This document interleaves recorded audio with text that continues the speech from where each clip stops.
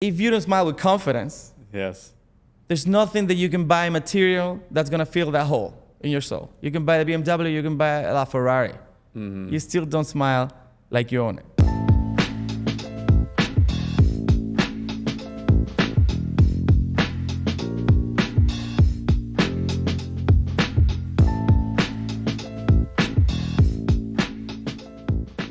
Welcome to the Alfi Podcast. This is your host, Dr. David Alfi, where every week we deep dive into how you can be the best version of yourself, tap into the ultimate human performance, and the number one biohack, breathing and sleep with jaw alignment. If you or someone you know is struggling with TMJ, jaw pain, headaches, neck pain, tension, brain fog, if you're tired, fatigued, use a CPAP. If you snore, you want to get off a CPAP, call us 713-489-6984. You can also email info@alfioralsurgery.com. And don't forget to share, comment, like, subscribe, and we'll see you here at the Alfi Podcast. Welcome to the Alfi Podcast, episode 53, with JJ in the studio here in your hometown, Yeah. Miami. I think you live, 20 blocks from the studio? Yeah. I'm very excited to be here. Yeah. It's cool. I'm excited to be here too. Yeah. And this is going to be a really interesting topic Okay. for everybody out there, whether you're a dentist, a doctor, a surgeon, or a patient, or even a family member, or just a viewer. I think there's going to be a lot of pearls. Okay. Because JJ, you're a very unique person. I'd say you're an executive at Digital Smile Design, Right. right? And I'll have you talk about what that means. But from my perspective, you're really an expert in what it means to provide the best service available,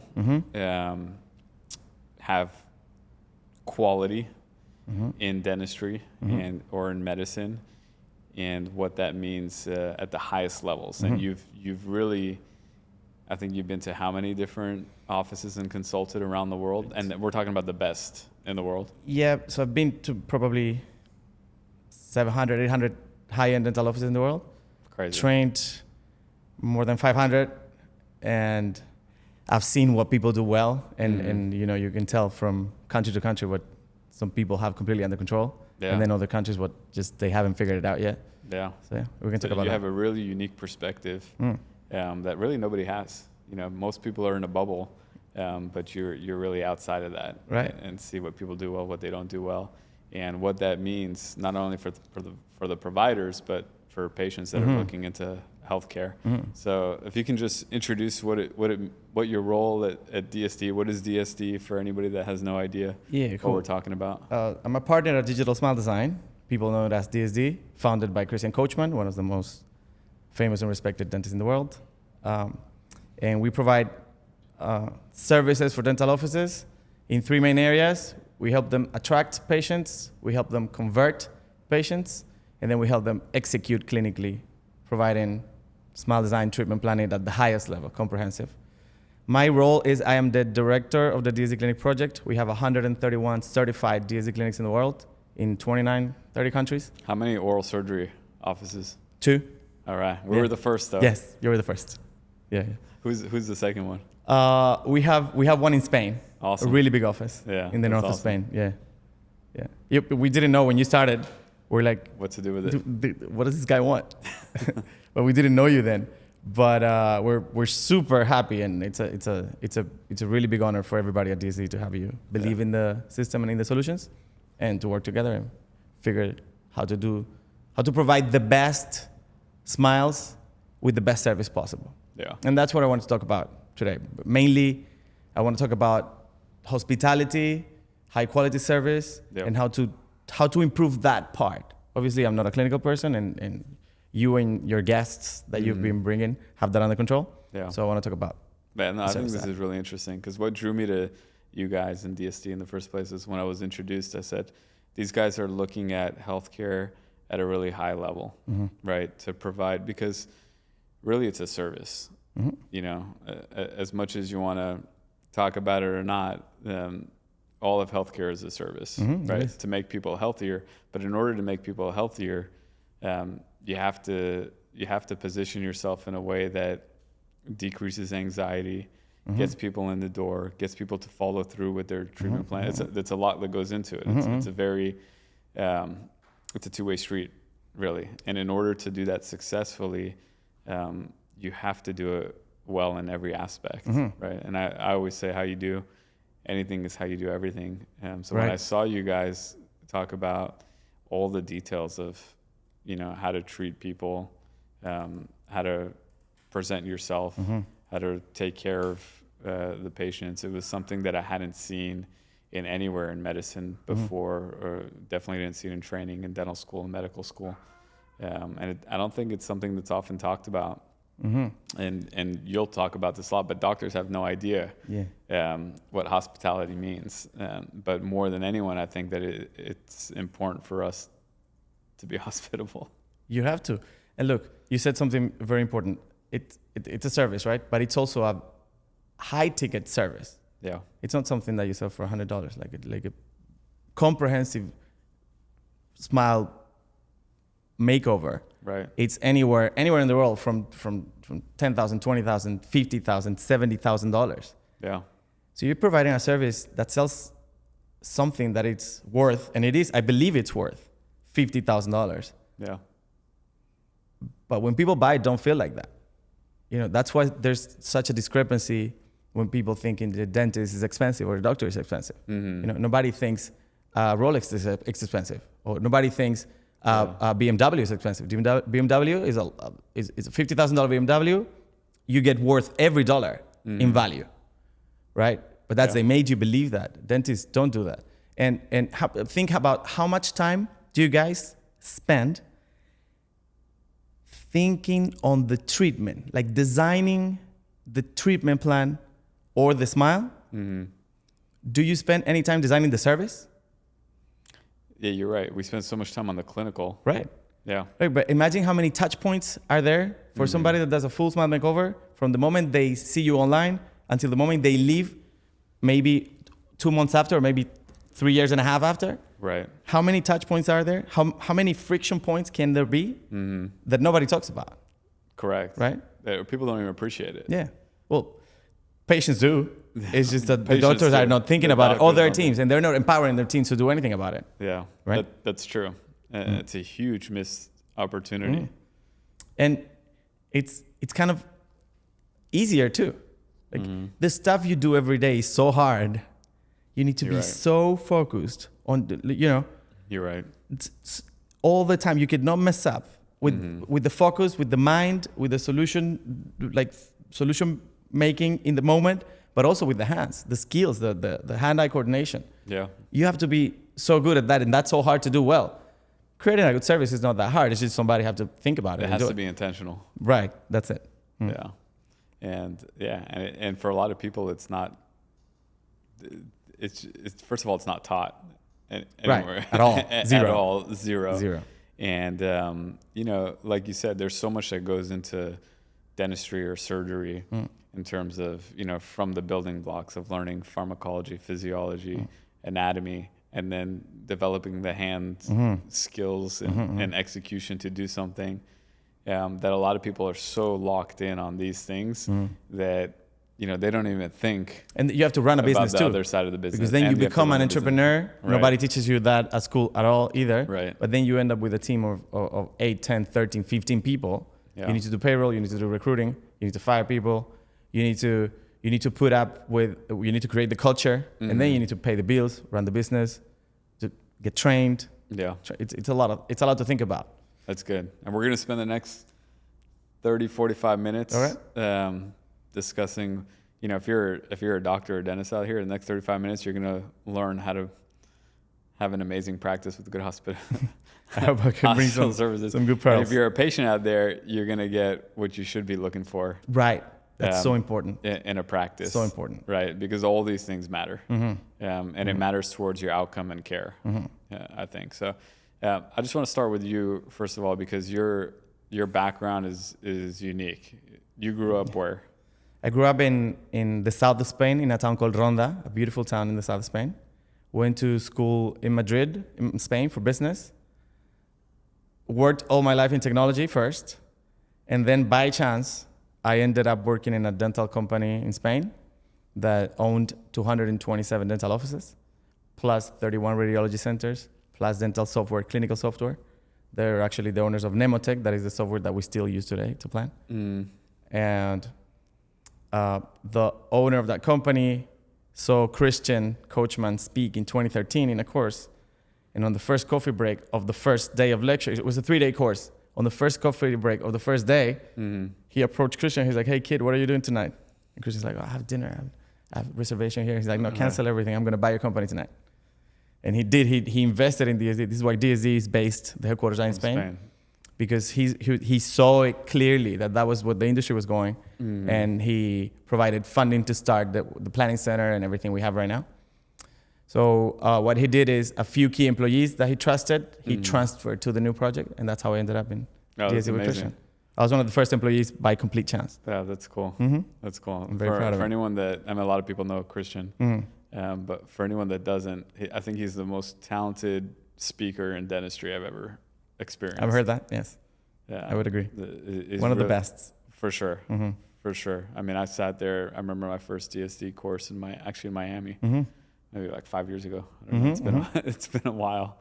But I saw him speak 2 consecutive days for, I don't know, 8 hours a day. And he kept everybody sharp. He was sharp, engaged, but everybody was engaged. And I thought that they wanted more. They wanted more. It's pretty amazing talent to have. It was a 3-day course, so it's 8 hours a day for 3 days in a row. Yeah. Yeah. See, it went by like that. I didn't remember that it was 3 days. Yeah. All right. So you grew up in Spain, but even before that, as a kid, you said your grandmother owned a my grandparents owned a bed and breakfast.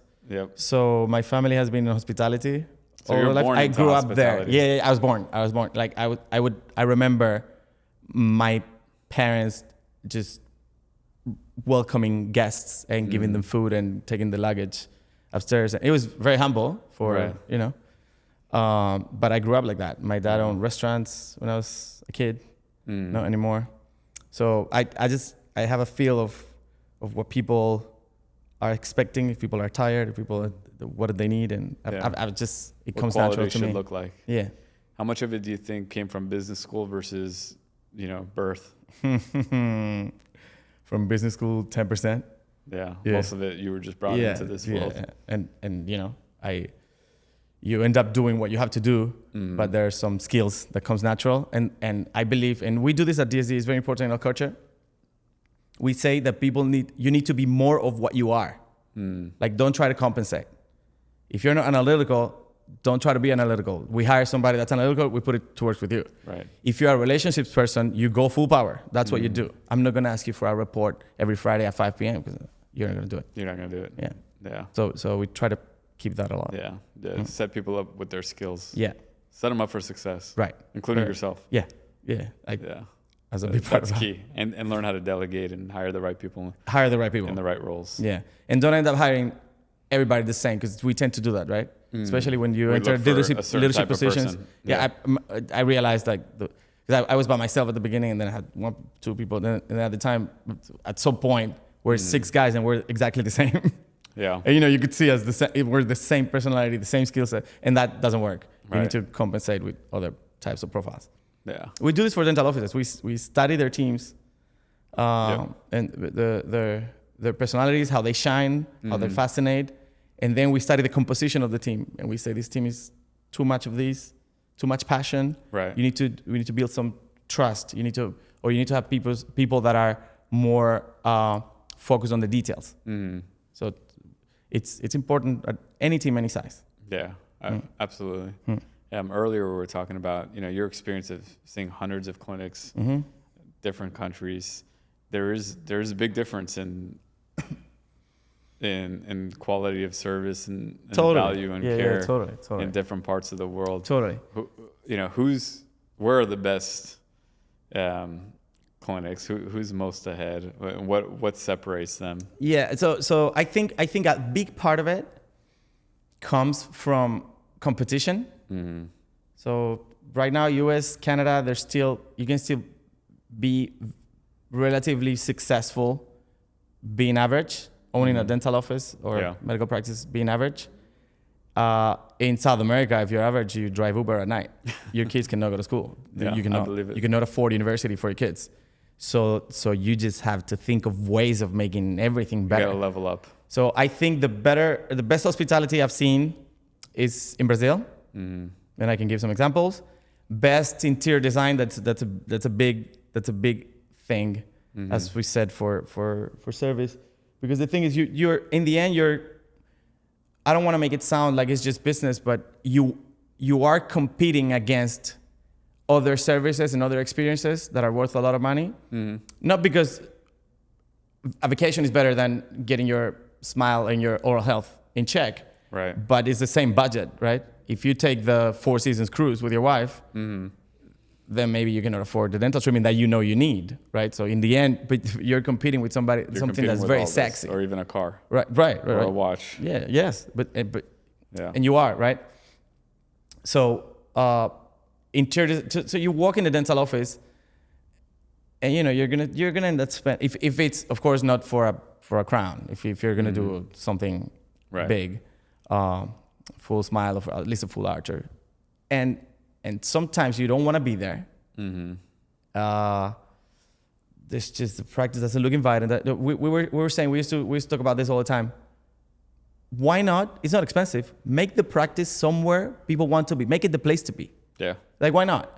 Some doctors have been doing this for many years, and just patients love to hang out in the practice because it's cool. You have a gym in your practice. We do. Yeah. That's pretty unique. Yeah. Right. So hospitality, Brazil for sure. Interior design, Europe, Northern Europe, but Southern Europe, cool too. Spain, Italy, very cool. Yeah. Netherlands, insane. Really? Absolutely. The practice, the good practices there are just something else. Yeah. Same difference in hotels. Right. Also Australia, very cool. Yeah. Offices in Sydney, we have a few that are just mind blowing. You see the photos and you're like, this is not a medical anything. It's not a dental. It's like the fanciest, coolest hotel you've ever seen, and it's a dental practice. Yeah, that's awesome. And that, without wanting to be frivolous about it, that's important for the type of patients that you're bringing. For sure, they care about it. Yeah, and well, it represents what kind of work quality you provide. It does, right? I mean, you go to the best hotels in the world and the best restaurants in the world, and you're going to get the best quality. Let's say it's a hotel. You're going to get your best quality services, your best quality bed, and pillows, silence and ability to sleep and room service. The best places that provide all those key things also look the best. Yeah, of course. Right? Because how they pay attention to all the details matter. And you as a consumer, as a client of those services, you expect it. Yeah. Like if you stay, you come to Miami, you want to stay in a super cool hotel, and then if the gym is not cool, you're gonna think about it. If you're at room service and the food is whatever, and you're like, I'm paying all this money, you expect it, right? But then you go to get the best dental treatment in the world, and it has zero to do with how the service is whatsoever. From the moment you walk in the practice, to the website, to the way the people speak to you, to the way people present themselves, it's just you're buying the clinical expertise.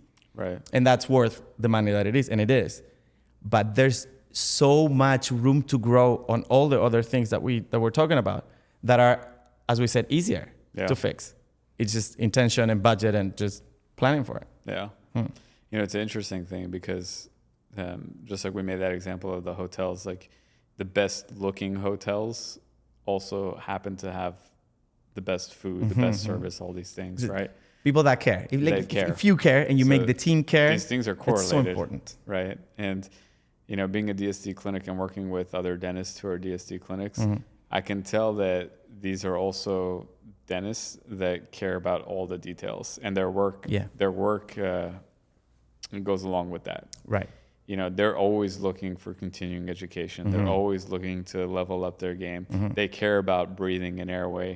They're interested in the jaw surgeries that we do because they're trying to do what's best for their patients. So I do think that there's a high correlation with the type of person that thinks about hospitality and quality and the type of work they do. And it has to be, And then what happens is, because we're exposed to all these people combined on a global scale, we learn so much from them. Like a lot of the solutions that we do is because a practice in New Zealand was doing it, and we had never thought of it. And we're like, hey, can we? This is something that we really, really like.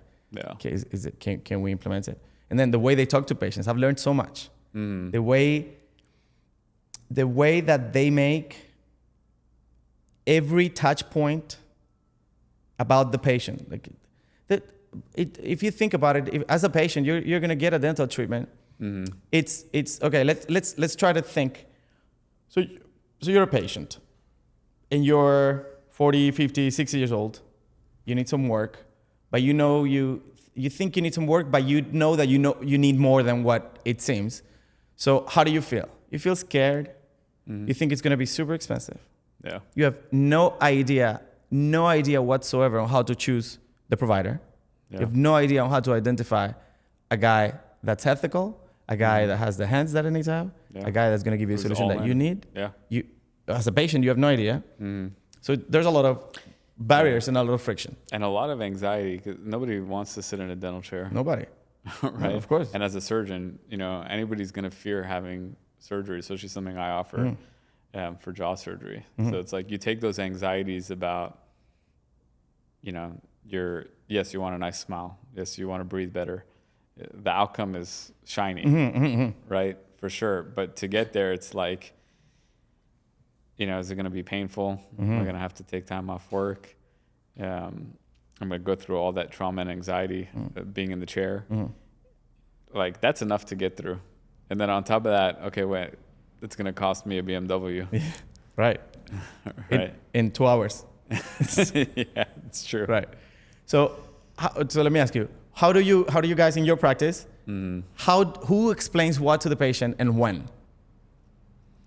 Yeah, it's interesting because we're so niche, but the people that are coming into our practice, they know so much about us and what we do, where they already want.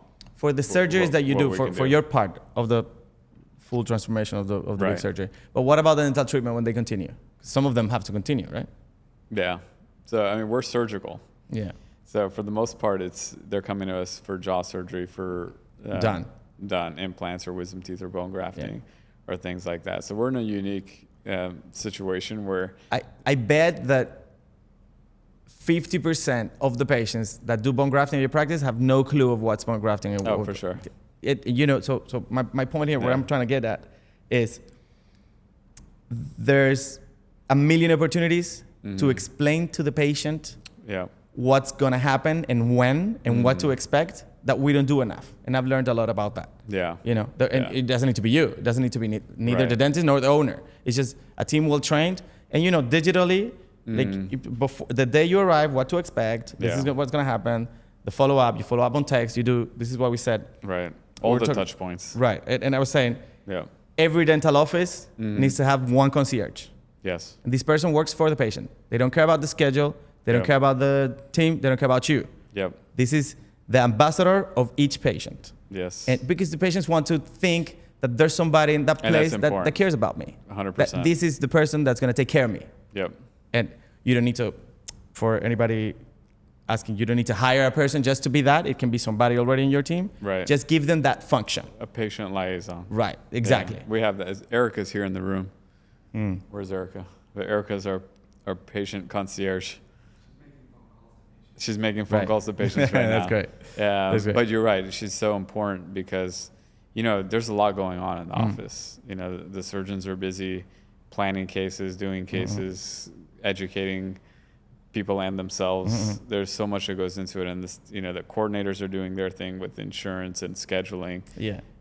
They're busy. Their busy. Job is hard. Everybody's busy. There's a lot of coordination because there's so many patients in so many places at different stages. Yeah. So to have someone dedicated is really important. It's been a game changer for us. Congratulations. You're always ahead. Always ahead. That's the goal for sure. The mama mentality. Yes. To be the best version of yourself every single day. Every day. I like that. Yeah. Cool. I do too. But you're right. How many offices have that?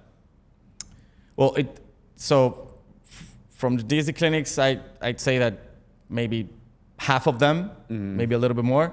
But if you think about worldwide or in America, how many dental offices of the total have a patient concierge? Not even 10%. Yeah. Not at all. Yeah. And it's very important, and it's easy. It's relatively straightforward. You have the people, the people you hire already, they're caretakers, right? That's why they Correct. end up working in a dental office without being a dentist. Right. Their calling is to take care of people. That's why they do that job. Yes. Otherwise, they would be in finance or they would be in retail. Right. So you have that people already. It's just that you need to define the function, define the tasks, and give them the responsibility, but also empower them to do. They need to do whatever they need to do. And if they need to call out the team because they're not, the team's just trying to be on schedule and have the patient collect from the insurance, collect from the patient, and be on time. Right. Sometimes you have to be a little flexible, and it's important that that person feels empowered to fight for the patient. They need to have a little bit of wiggle room that they are entitled to decide, to call it. Yeah, that's good, because it's about the patient. Right. At the end of the day, that's what everyone's there for. Yeah. For sure. We have the smile. A smile is the best product in the world. Period. I've heard you talk about this, and I like the way you present it. Because go for it, do it. So if you don't smile with confidence, yes, there's nothing that you can buy material that's gonna fill that hole in your soul. You can buy a BMW, you can buy a Ferrari. You still don't smile like you own it. You imagine what we're saying, where you have the ability and the skill set to give people something that's gonna make them happier for the longer term than any other thing that they can buy with money. Yeah. And a good smile is probably the most influential characteristics 100% that somebody can have. 100%. And there's a million studies about this, and psychological studies, not necessarily appointed by the dental industry, that talk about how smiling with confidence affects your long-term happiness. Yeah. Who gives the smile? The dentist. Now, there's a lot to improve in how that process is. Yeah. But it's true. I mean, it's an interesting thing, because a good smile not only most importantly, will translate to internal happiness. Yes. Right? I mean, to have confidence, just the act of smiling, I encourage people to go into a mirror every morning and just look at themselves smiling and make that exercise. And they do? Because, it'll make you happier. Yeah, scientifically. Scientifically. Just so if you're out there, one hack right here, just make 2 minutes a day to smile in the mirror before you leave the house, right? Because that'll change your entire day. But you know what? I've never done that. I'm going to do it tomorrow. Do it. Yeah, but you're always smiling. So it's okay. But it's true. Yeah. That's a simple thing. But smiling will make you happy, but it'll also influence your entire life. It'll get you a better job. It'll make people around you happier. It'll make people around you want to be with you, because smiling is infectious. It'll literally transform your productivity, your human experience in every way possible. And from people in your circle, like your spouse, your wife, your husband, your kids, your friends, to people that you see every once in a while, to even strangers. And absolutely. I had a doctor, a good friend of mine, that used to say, not everybody can pull this off, but he told the story, and he defended it in a beautiful way. That is that you become more kissable. If you're smiling. Don't you want to be more kissable? If you have a beautiful smile, then you're smiling. Yeah. And then the patients were like, yeah. Yeah. Yes, who wouldn't be? It's true. Yeah. I mean, we have Karma here, our puppy, and when it's obvious when he's smiling, and that's infectious. Even a dog will make you smile. Yeah, of course. So smiling is important. But I think when I heard you talk about this, it was, a message to dentists, like, that is probably the easiest product to sell in the world. Right? Like, that should be easier to sell than a car. It should be. But the thing is, the car industry, we've been 200 years of big budget marketing and the ads and the product design, the product presentation, the experience. We were talking about the service design. You go go buy it doesn't need to be a super nice car. Right. The car that you can afford that you like. You go do a test drive, and then you get it, and then you drive it home, and it smells new, and you feel like $1 million, and that's amazing. So they have that that advantage because they've worked so much in the process. Yeah. And we can talk some examples about cars, and this is what the dentists need to own, that they have the possibility of giving you something that's going to give you back confidence and health. Yeah. You know, it's super powerful. This is a really interesting subject because it goes both ways, right? It's for the patients out there too, because we have we do a lot of jaw surgery, and these people look better, they're healthier afterwards, and we put these things on Instagram, and I'll see messages all the time. Now, if you go on and look at our before and afters and go through the message, every single one of them, you'll see multiple people say, I need this so bad, but insurance won't cover it. Or I need this so bad, I wish I can have it, but I can't afford it. All these things come to like, of course I want that, but it's not in the cards for me, right?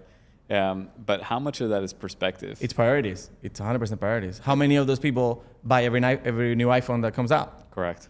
How many of those people are gambling on crypto, on Robinhood? How many of those people going on a vacation every year? Going on vacation, or change the car? Not even having nice cars. Change your car every 4 years. Yeah. That's a money pit. You're throwing the money. Yeah. Down to the black hole. Buy houses. Yeah. It's 100% a matter of priorities, and is the duty of the dental industry and the dental offices to change that perspective. Right? Yeah. And it's totally doable. Yeah. It's just Why do people have a hard time thinking about paying for a smile, paying for a jaw surgery, but at the same time they will change their car every 4 years? They'll get the imagine newest how many marketing messages they've gotten since they were born about the status that a new car gives you, right? It's the weight of a whole industry making you want to spend on something. How many marketing messages, or not marketing, but how have they been nurtured about the impact of a jaw surgery on their health? Yeah. They don't know anything about unless they're watching the Alfi Podcast. Yeah, that's right.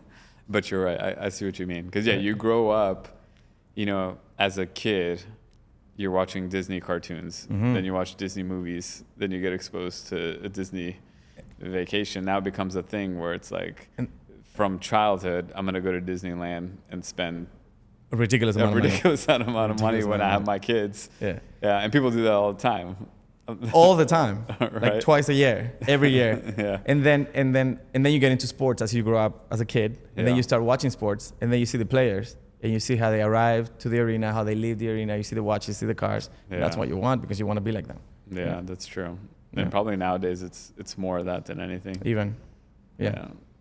Because there's a million influencers showing nice watches, nice cars, and all these things. I want to, and I have to make a distinction, because we're talking and we're throwing out brand names, and this has zero to do with luxury.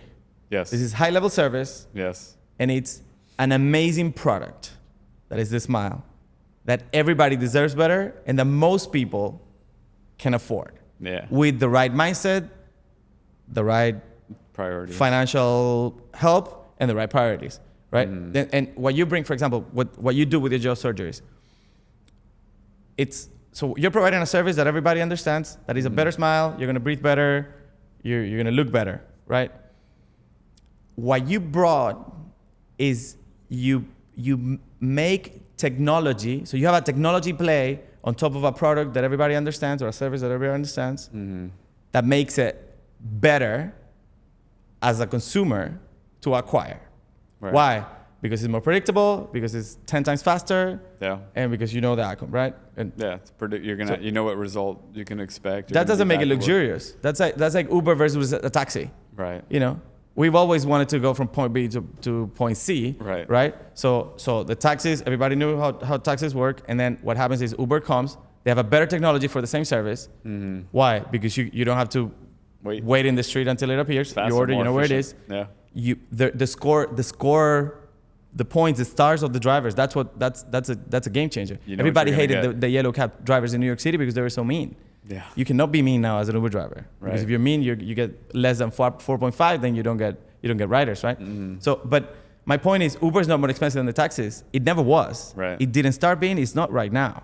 Mm-hmm.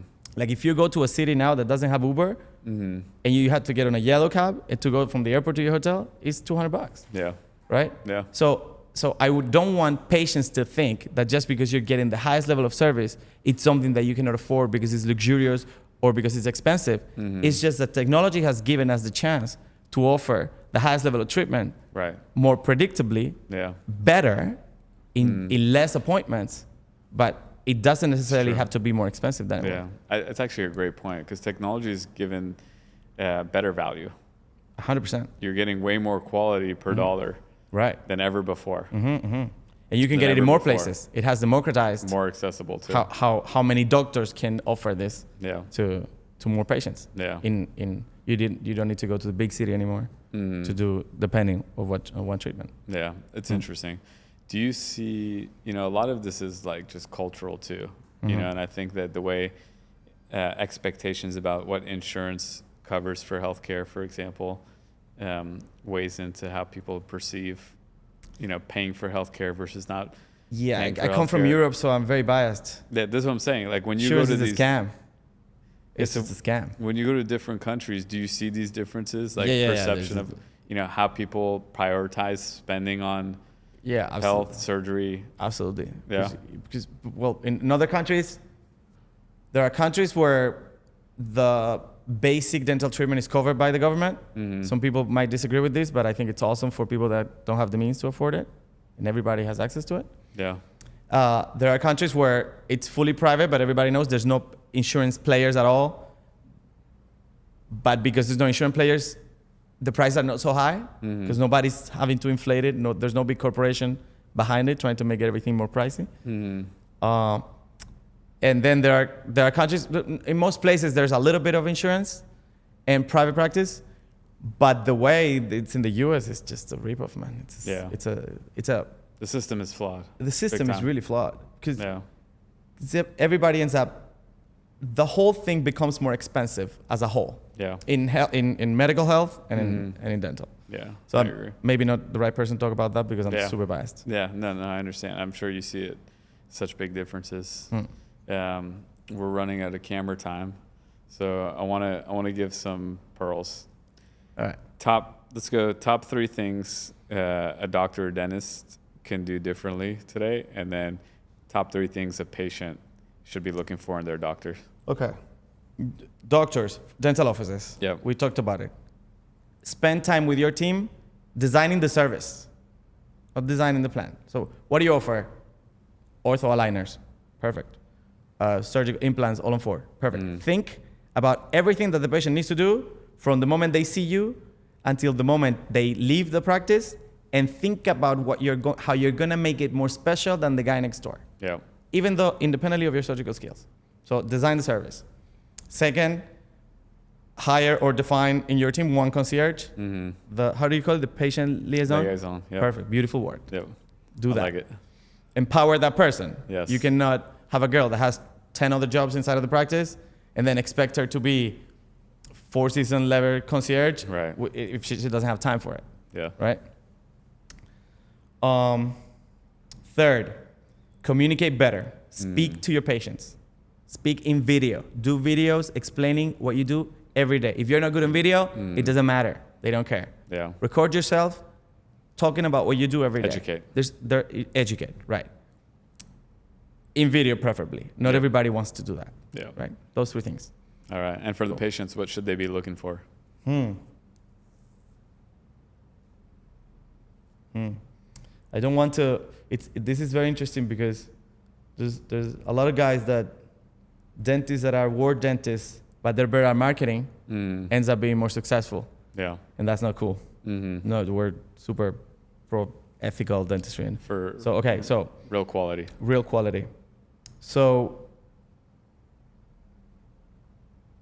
I would like my dentist to be exposed to as much training as possible. So that's important. Yeah. If they teach super plus. If they don't teach, but you see them that they're on courses and then they're on weekends and their courses abroad. Yeah. So that's a great indicator. The guy cares. Yep. And so if you do this and you don't post it on your website, on your Instagram. That's if you're going to a course in Germany or to Vegas, teaching. just share it. Yeah. Right? I would like to do that. I would like that. I would like my dentist to be able to keep their team around. You know, loyalty. The turnaround of employees in the dental practice. Not a good sign. It's killer, but it's a sign. Yeah, it's a sign. That's a great and point. And you need somebody that is able to take care of their team. Yeah, that's a great point. And the dental office is a very small place. Yes. So the dynamics internal of the team are very important. Yes. You know, you're working corporate. If I don't like you, I don't have to see you if I don't want to. I work in the other corner. Yeah. And I'm never going to see you in a month. In a dental office, you guys are so close to each other. Family right? unit. Yeah, that's a great point. Yeah. And the third, just honest patient testimonials. And you know when that's real. You know, and when it's not, 100%. you know, that's 100%. Great. Yeah, those are great. And it's not one marketing video of the guy did 6 years ago. Everywhere. No, you want to see a lot of people. A lot of it talking about the treatment that they got and how happy they are. Yeah, a lot to share. Yeah. All right, those are perfect. Does that help? Yeah, those are great. On point. Completely. Look at that. Out of the blue. No script. No script. All right, we always end it. Greatest basketball player of all time. Michael Jordan. All right, easy.